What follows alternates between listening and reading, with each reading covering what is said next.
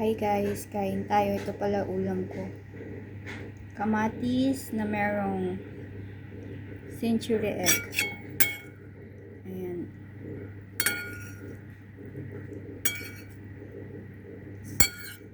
Tapos itlog maalat. Ayan, mabubuhay na ako kahit ganito lang ang ulam. Napakasarap.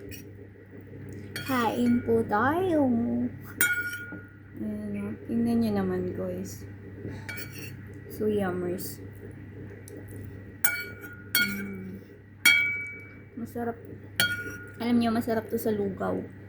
Itong itim na itlog. Ito, masarap to sa lugaw. Ayan, masarap yan sa lugaw.